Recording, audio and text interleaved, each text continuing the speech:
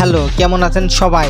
আবারও মাঠে নামছে ব্রাজিল বনাম স্পেন। কোথায় কখন খেলা হবে ম্যাচটি তা নিয়ে থাকছে আজকের বিস্তারিত। ব্রাজিলে কোচ নিয়োগ নিয়ে 6 মাস চলে গেছে, এখনো কোনো কোচ নিয়োগ দিতে পারেনি সিবিএফ। আবার এরই মধ্যে সিবিএফ একটি খবর দিয়েছে। ব্রাজিলিয়ান ফুটবল ফেডারেশন জানিয়েছে 2024 সালে মার্চ মাসের শেষের দিকে ইউরোপের দল স্পেনের বিপক্ষে একটি প্রীতি ম্যাচ খেলতে চলেছে ব্রাজিল। ব্রাজিল এই ম্যাচটি খেলবে কারণ স্প্যানিশ নাগরিকগুলো ভিনিসিয়াসকে বর্ণবাদের অপবাদ দিয়েছে, আর সেই ম্যাচে ব্রাজিল কালো জার্সি পরে খেলবে। এর আগে ব্রাজিল মাত্র একটিবার কালো জার্সি পরে মাঠে নেমেছিল। ব্রাজিল বনাম স্পেনের এই ম্যাচটি এখনো সময়সীমা ঠিক হয়নি, তবে এতটুকু জানা গেছে 2024 সালে প্রথম সপ্তাহে জানিয়ে দেওয়া হবে এই ম্যাচটির সময়সীমা। আর তাছাড়া ব্রাজিলের শক্তি যাচাই করার জন্য এই ম্যাচটি খেলতে পারে তারা।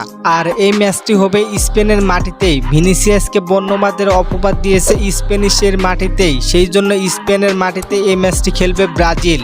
আগামী 11 বছর আগে ব্রাজিল বনাম স্পেনের খেলা হয়েছিল, তারপরে আর কোনো ম্যাচে দেখা মিলেনি ব্রাজিল বনাম স্পেন।